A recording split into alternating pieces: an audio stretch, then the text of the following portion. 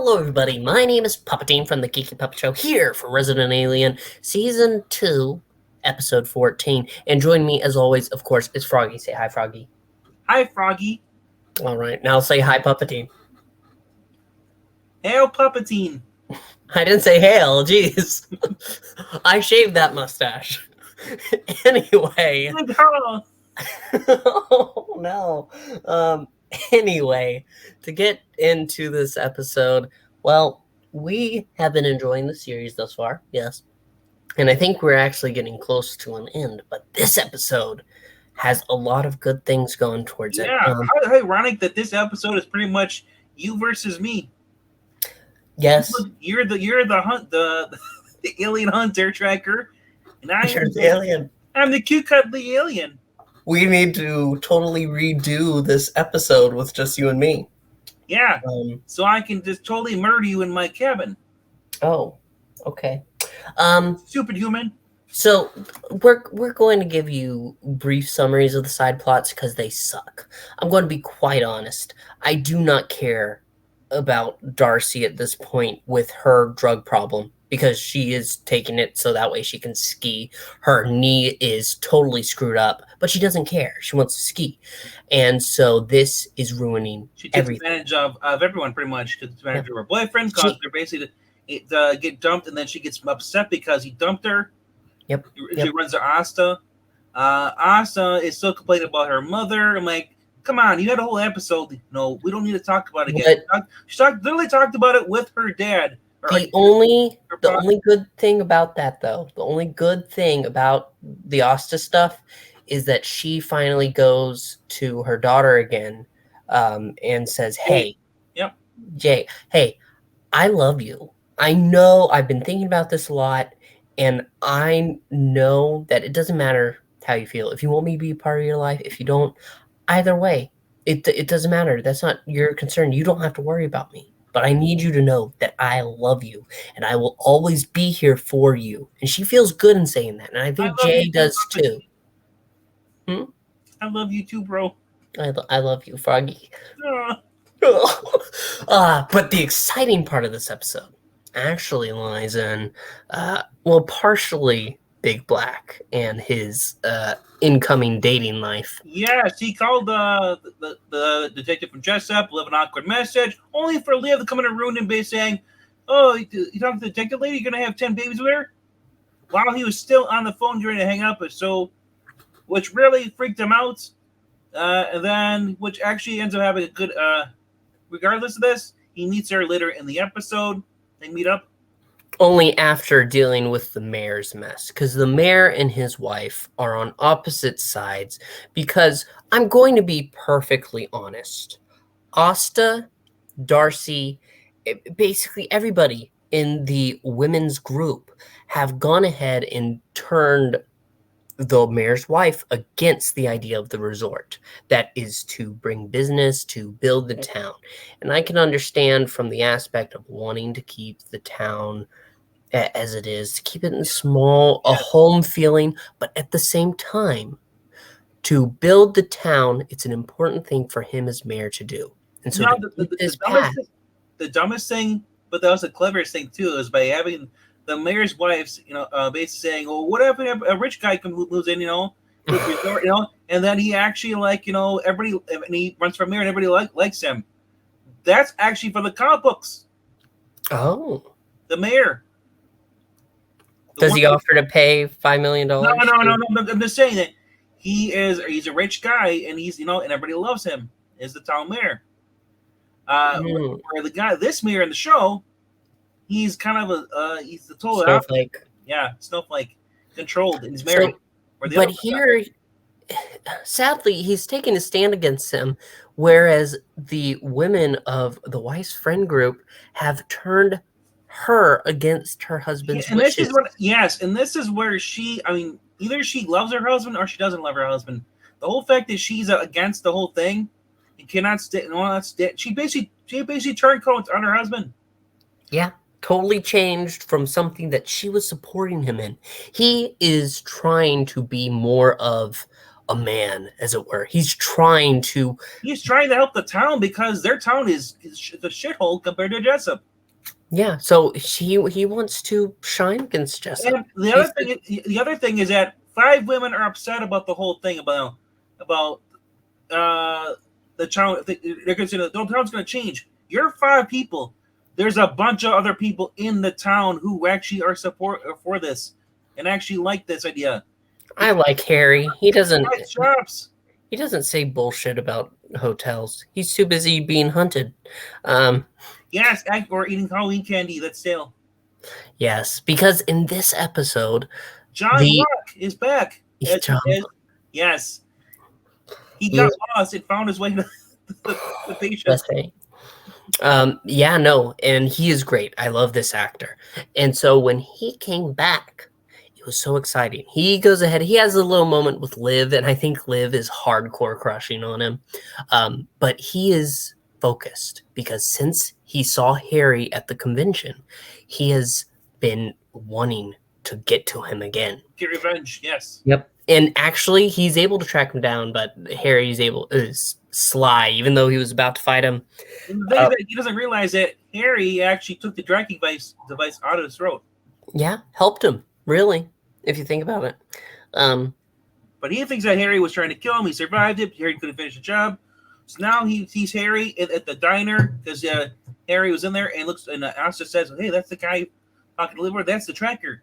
Harry runs behind the kitchen, but too late though, because he's John Locke. He basically sees Harry in his true form, alien form, through the little window on the kitchen door. Chases Harry. We get the best epic chase scene in a comedy show. The best chase scene in a comedy show ever? Yes. There's never been one before that is as great as this. Harry, it's basically like Benny Hill. There, he's running and he basically hides, and then he's, yeah. Kind of like, remember that? It's kind of like Scooby-Doo. Yes, that is fun, especially when Harry thinks he's escaped. But then here comes the alien hunter. But the fight is cut off thanks to the town, what's the word? Trollop? You never you never remember her name, bro. Do you? Why are you asking me? I asked you first. That's what I thought. I mean, Julie? Huh? Yes, Harry is able to go ahead and say, "Oh, I am aroused sexually. Let's go get you a drink." She opens the door and actually knocks Locke on the ground. He quickly sees her, grabs her. He's like, "Oh, I'm a sexual," because she's walking out and she's got the ripped jeans, and also she pulls out some green out her short pants. It's her panties. And Harry grabs the panties. Like, "Oh, I'm sexually aroused by your stuff." And they let me buy you a drink inside the bar. And they quickly close the door, but before that, he throws her panties on the ground because he's grossed out.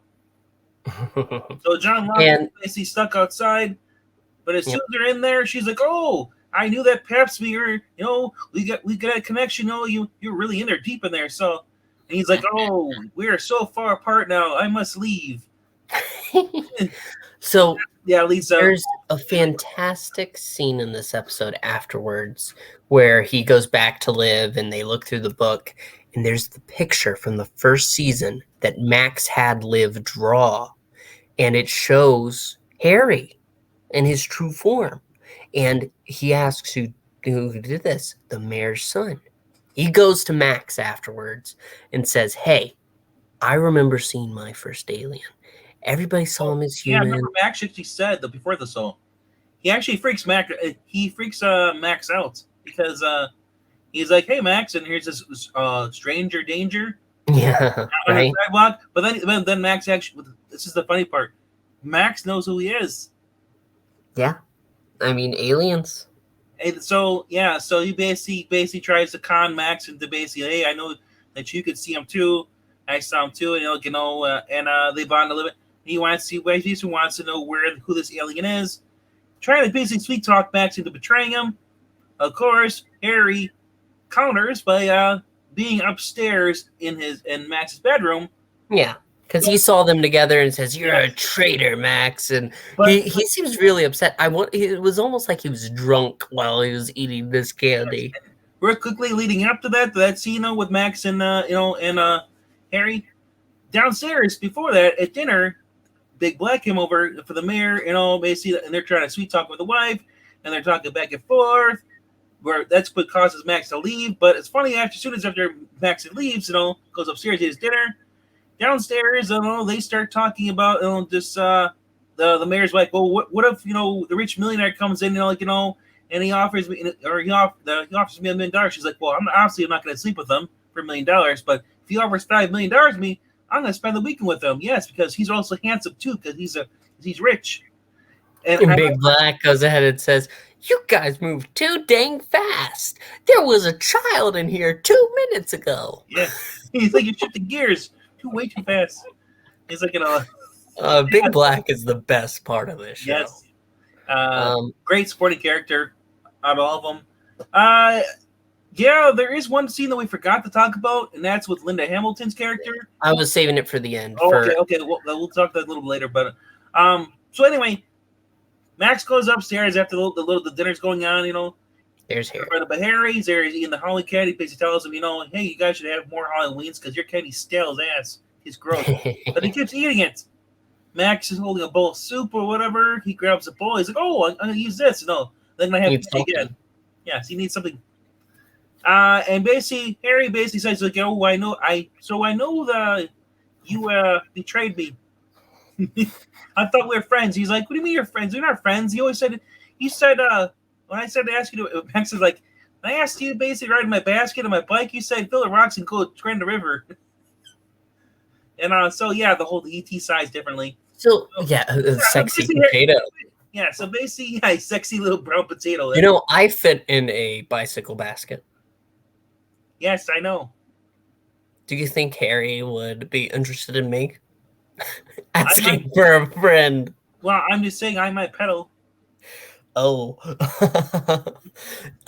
But no, there's this moment in here where Harry says, "I thought we were friends. You can prove it. We can be friends. You can help me.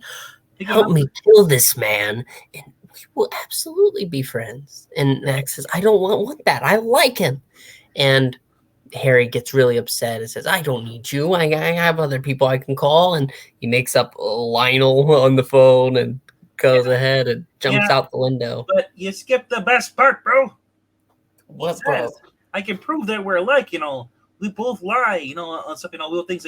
He's like, here, think of a number between 1 and 10, and if I come close to it, it means that we're exactly the same, And Max is like, well, he's basically like, well, the number I'm thinking of is 6. And so Harry's like, I was thinking 6.5. We got to work on this. We got to work out our friendship. Yeah. So yeah, Harry leaves. Max looks at the card that alien hunter, and it seems like he's going to betray him. We see the alien hunter get to the cabin, go in, sees him in bed. He sneaks in, ready to zap him, zaps the bed. It's just a pile of sheets. Goes in the living room. He looks up, nothing there. Harry is in his alien original full alien form. Yes, and he's using his camouflage technique. And then they zoom out, and all we see is a lot of zapping and a guy yelling. Yes, but we know from the preview of next week's episode he's alive, which I'm glad. Spoilers, I didn't watch that, but thank you. And we forgot to mention that Harry did let Asta know in a letter at the beginning. The Greys are coming. The Greys are here. They're coming to kill us. But there is the beginning of this episode, the opening gambit, as some would call it. And it's Linda Hamilton, and she's in the facility, and it's the little boy alien who was taken in the RV. And she says it's not an alien. They're never aliens. None of them are. And basically goes ahead and says to him about her father, talks about it, and it almost seems that the alien baby realizes something, like senses something. So he steps up, puts a hand to her head, and the memories are flashing to her. The exact series of events that led up to her father leaping off of the lighthouse. And the aliens that they saw. And then, after that, the baby alien steps away and loses its mortal shell and becomes the tiny baby alien again. Now, We have Baby Yoda. I read that as I watched it as a different part because I thought that he was actually learning more about her, not showing her stuff. He was reading her mind.